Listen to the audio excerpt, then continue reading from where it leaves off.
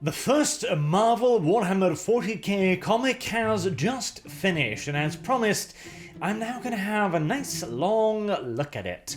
I wanted to do this once it was all done so I could judge it in its entirety rather than the individual pieces, which we might have problems or questions that could be resolved further down the line, so as to not to leap too early. Though I did break my own little rule there by commenting on the fact that Marneus Calgar, the star of the Marneus Calgar comic, was killed in, I believe, the second comic, 2nd out of 5. This is Marneus Calgar, that's a knife puncturing straight through his chest and heart, and this is his manservant Tacticus, whom admitted himself that if it wasn't for Calgar, he would have died already during the trials. He's the one who's actually Marneus Calgar. Now, I'm not going to go too deeply into that because I've already made a video talking about that, of course, but I think this is a disgusting way of treating one of the really old and great Warhammer 40k characters. This is how you build a new character. This is how you add gravitas and responsibility to a fresh character. Not what you do to an old one. This is how you kill, literally, an old character and replace him with your own character. I don't like that at all, and in general, the feeling I got from this comic is that Marvel came to Games Workshop and said, hey, let us make a comic for you, it'll be amazing, we're Marvel, we're big and popular. Citation needed. And GW bloody fell over themselves like, oh my god, it's Marvel, yes, this is finally our shot at the big times. And then they were handed the script, which was awful, filled with inconsistencies and getting the lore wrong every goddamn step of the bloody way. GW read it and went, well shit, this is awful. But we can't insult Marvel. What do? We can't ask them to rewrite it. Oh god, they might cancel us. No, Jesus, no, this is our chance. And so, like good little dogs, they simply rolled on over and accepted it. Which is why we have Calgar getting stabbed through the chest, and a completely new character none of us have ever known about pops into the driver's seat in Marneus Calgar's own goddamn comic. Good start there. Anywho, let's go through some of the panels that I picked out that I consider to be particularly egregious, and let's talk a little bit about it, shall we?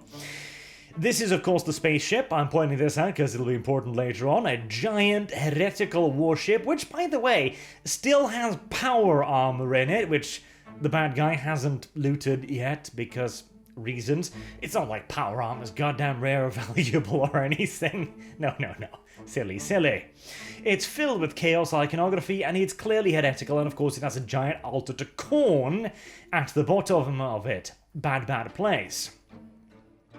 Then we go back to the war itself, where Khorne worshippers have invaded Macragge. Oh, excuse me, not Macragge, but Marneus Calgar's homeworld in the current date. And they're using what appears to be some kind of orc battle wagon, which is apparently agricultural machinery, to run over the favelas of Ultramar. Ah yes, Ultramar, one of the most prosperous realms in the entirety of the Imperium, which keeps its workers in favelas. Sure, why not? I guess Calgar wasn't quite as good as his job as we were all led to believe then. Calgar breaks into the command chamber and then needs to request assistance because why? Because his dumb, big, stupid-ass fingers can't press the off button on agricultural machinery. No joke.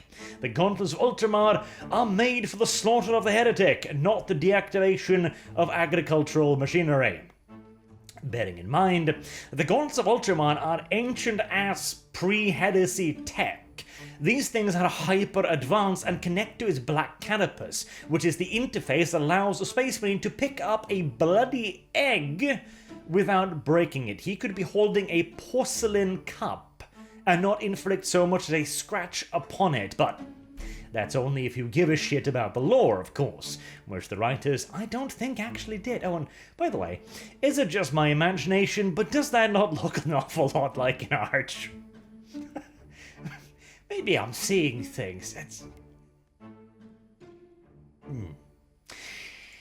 Anywho, we go back to him getting out of the problem here. Be careful of the traps, because traps are set, obviously, to guard the secret, smart enough, which he then pilfers for explosives. Then he finds a fully functional and operational Voxcaster, apparently, in the bowels of this ancient decrepit ship, which has been lying there since the goddamn heresy. It's even got a Vox antenna and everything, so he just pops in the, dials up the PDF and calls them in. Yeah. Sounds thoroughly legit there, absolutely. And that, well, it works out kinda, at least, a little bit. He then gets a shot at the big bad guy here, at which point his gun jams. His giant bloody revolver gun jams. Okay, that doesn't work that way, but hey, details, they don't care about that nonsense. The script demands it jams, and instead of then leaping into the ravine behind the altar, which saved his life the first time around, he chooses to make a run for it, which ends predictably, at which point he is dragged up to the altar again. Remember that, because it'll be important in a second. At which point the hero arrives, the under-budgeted, poorly drawn old-school Marine. This is something I bitched about frequently, but so many of the new artists don't draw Space Marines as Space Marines. They draw them as humans in power armor. This shoulder pad is way too bloody small. His arm, way too bloody short. He's using a short power sword there, which isn't unheard of in Ultramar, but still a little bit unreasonable. And just his entire proportions looks like someone who was given a Primaris model and asked, make it less round, essentially, it feels like. And then, because the bad guy leaps at him, and by the way, his axe somehow doesn't immediately shatter upon contact with a power weapon. Interesting, but again, if you don't know what a power weapon is, why would you expect it to? It then gets blasted apart, and the altar explodes. The altar that Tacticus was right next to a second ago, but now, luckily, because the plot demands it, is somewhere else. Why? How? I don't know. I mean, he's not here, so I guess they just let him go so that he could climb onto the altar and be like, look, I'm imposing, I guess. Because he's got him. He's dragging him up the altar, but details. Now this one too. This looks far more like an actual Space Marine. Look, the bulk is back there. His chest is much wider, because that's the thing too. A Space Marine is not proportioned like a human. He's much bigger, much more heavily muscled. He's like a fit sumo wrestler, if that makes any kind of sense. Look at his fingers. They're the size of Tacticus's bloody arm. That's way more Space Marine. At which, and of course, they immediately ruin that in the next panel, where, look here. It looks like it looks painted on, doesn't it? It looks like it is painted on his grass. And here, you see, here it's got detail again. It's been picked out and you can see that it's a 3D object. It is a physical addition to his armor rather than just paint. That is just bloody lazy right there. And it's because he's an old Marine. Nobody cares about those anymore. We're only trying to sell Primaries these days, and that's a goddamn shame, really. Oh, by the way, Marneus Calgar back in the real timeline also decides to simply just abandon the Calgar estates to the heretics. Why? As a part of a cunning tactical trap, you see.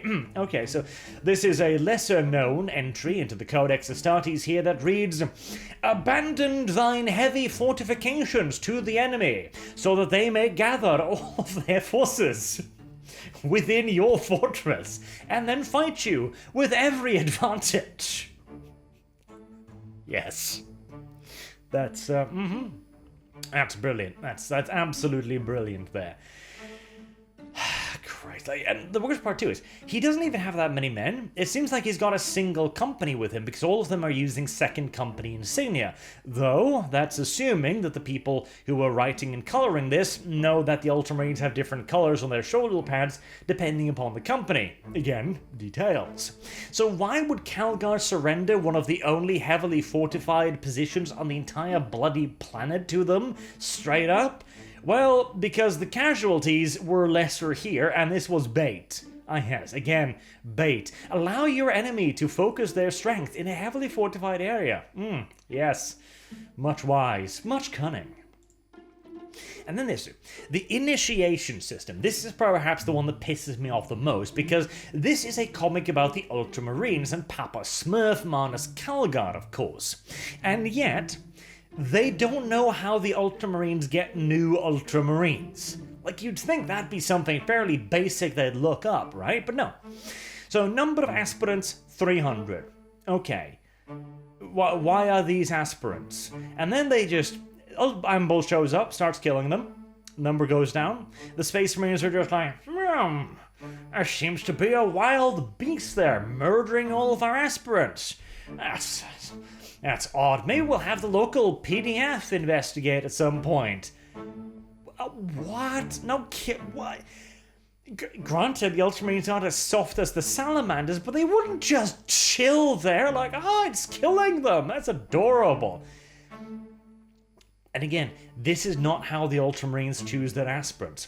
There's another here as well, where it's like they're showing them elemental training, where they have to jump over a pit with barbed wire at the bottom, firing training, endurance tests where they put them out in the cold, and they sick combat servitors on them in the middle of the night whilst they're sleeping to kill them. What the hell is this bullshit? This is Iron Warriors training more than Ultramarines. Make him climb cliffs, have them eaten by wolves, just blow their random heads off. Until Tacticus is the only one left. Right, okay. So this has nothing to do whatsoever with how the Ultramarines choose new Ultramarines. There are two ways. Every single citizen in the realm of Ultramar has the right to try out for the Ultramarines by doing one out of two trials. The first is the exposure trial, where they have to travel across a certain distance, A to B, or survive a certain period of time in some of the most hostile environments on Ultramar.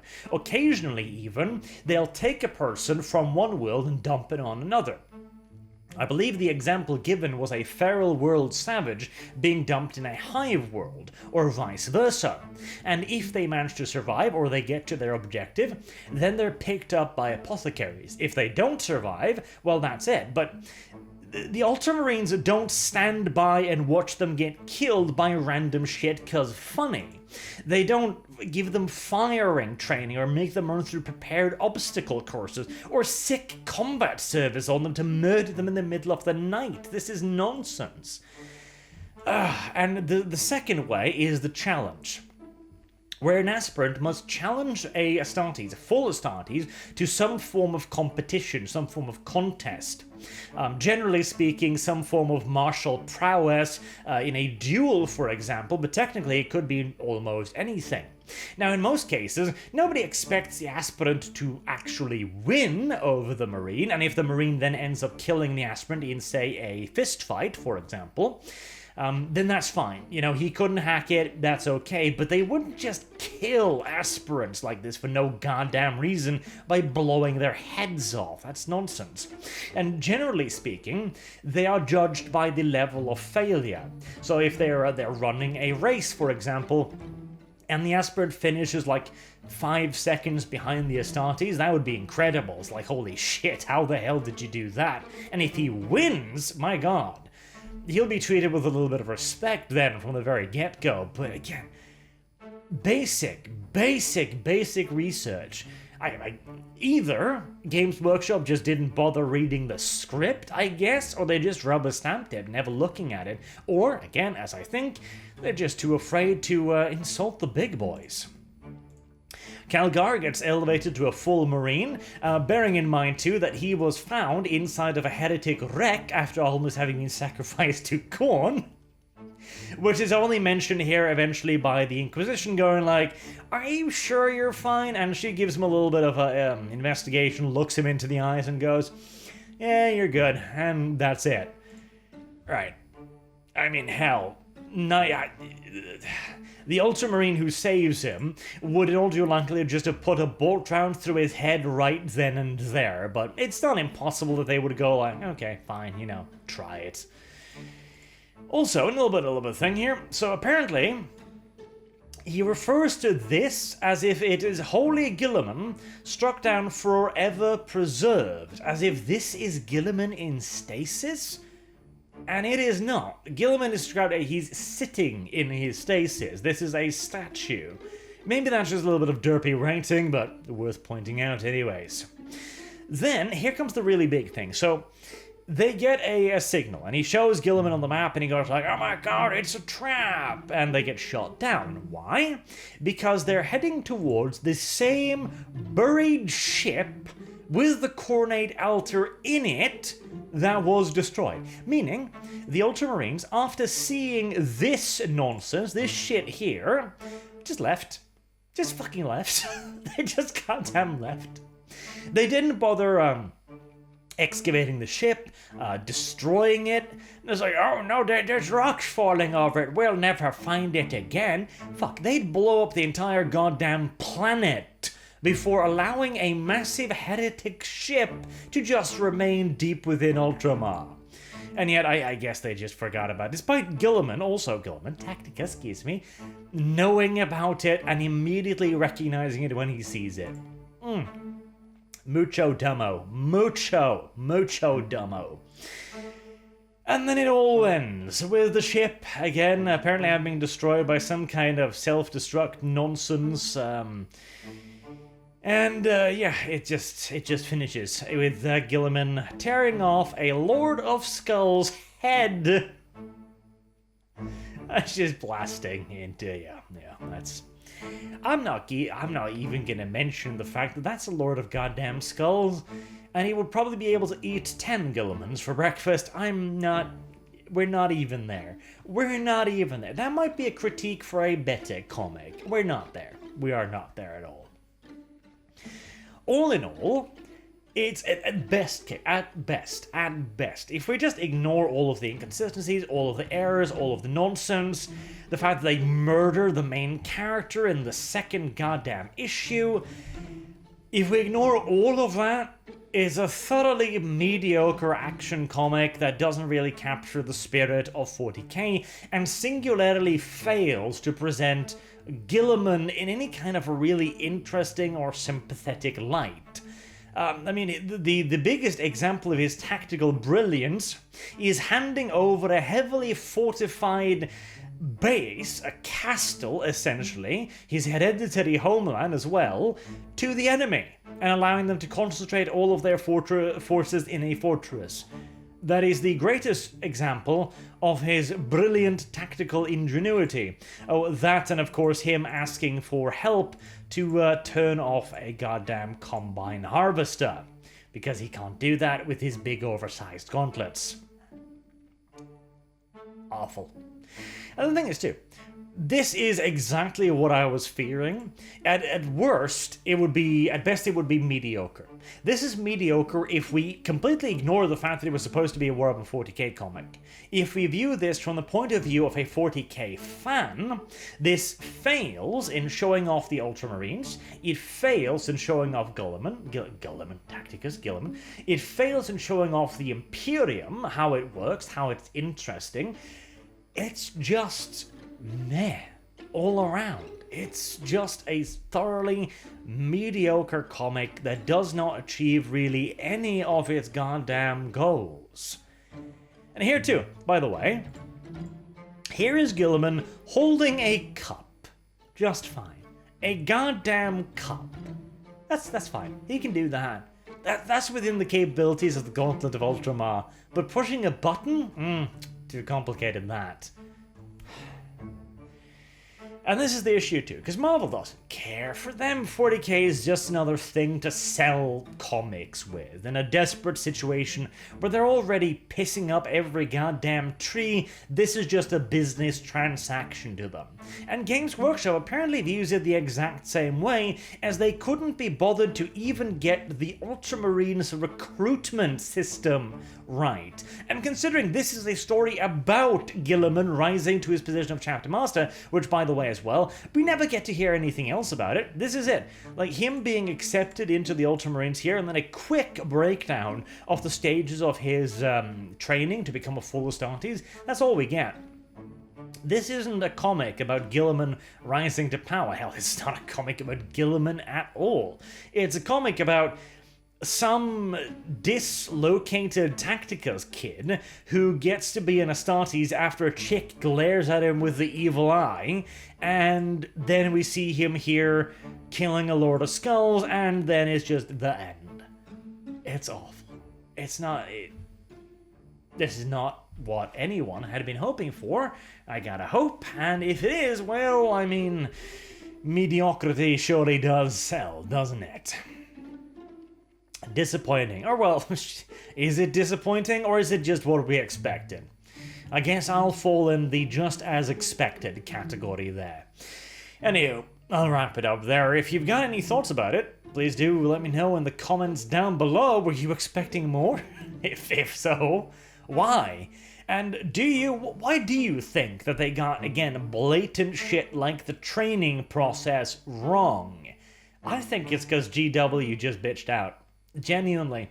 I think that GW is getting less and less interested in their own universe. As they said themselves, we don't sell stories, we sell plastic. Well, GW, let me inform you that the primary reason why we purchase your plastic is because of your stories. Until next time, I have been Arch. Thank you all very much for watching, and I hope to see you all again soon. Till then, have a good day.